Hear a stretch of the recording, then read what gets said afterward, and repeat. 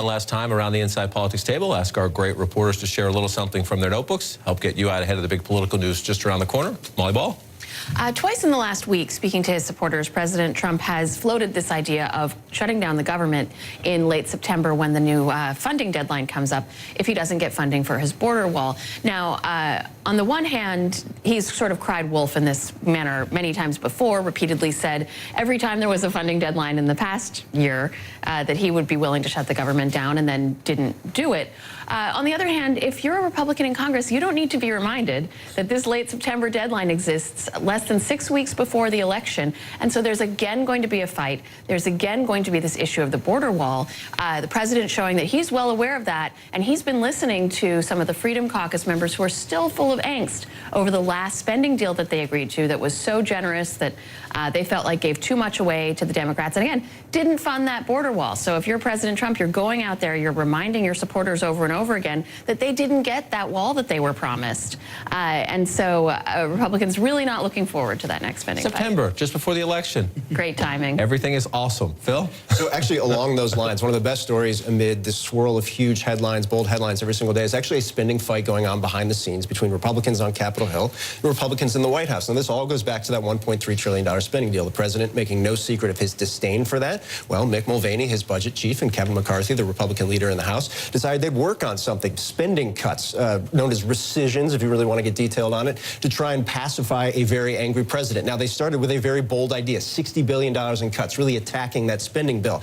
That has now been pared back in a major way. Why? Because of Republicans. They didn't even think they could have the votes to get that through the Republican-led House. So it's been pared back to $30 billion, to $25 billion. Now I'm told it should arrive on Capitol Hill at about $11 billion. And it won't touch the omnibus at all. That's the difficulty people have been finding. But the dynamics of this debate back and forth, you have House leadership elections, perhaps with Leader McCarthy. You have Paul Ryan, the Speaker, stepping in, trying to pare things back. And all the while, you had Mitch McConnell in the Senate saying, this is a bad idea. Let's go ahead and not do this. The end result, obviously, pared back. But an interesting fight that really kind of underscores the dynamic of how complicated spending fights are, not just on Capitol Hill on the whole, but inside the Republican Party. The president has such disdain for it. Maybe he should have got involved in negotiations or not signed it, just to remind us. Josh? Senior people in the White House this week are closely watching the nomination fight of Gina Haspel to be CIA nominee.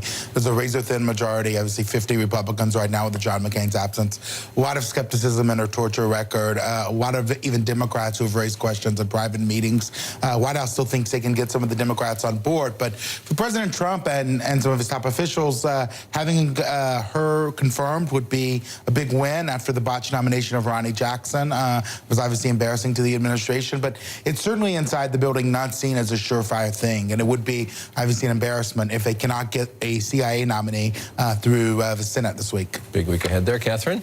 Well, amid all the conversation Friday about Stormy Daniels, about the Russia probe, President Trump also teased an announcement that we're looking for soon.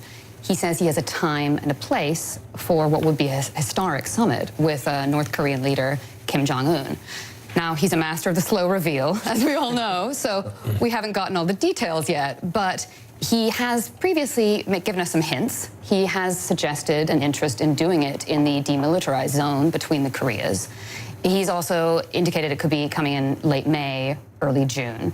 But of course, it's important to remember it's amazing that this is happening at all, these conversations. I mean, just a few months ago, the president was taunting Kim Jong-un about the size of his nuclear button, calling him Little Rocket Man.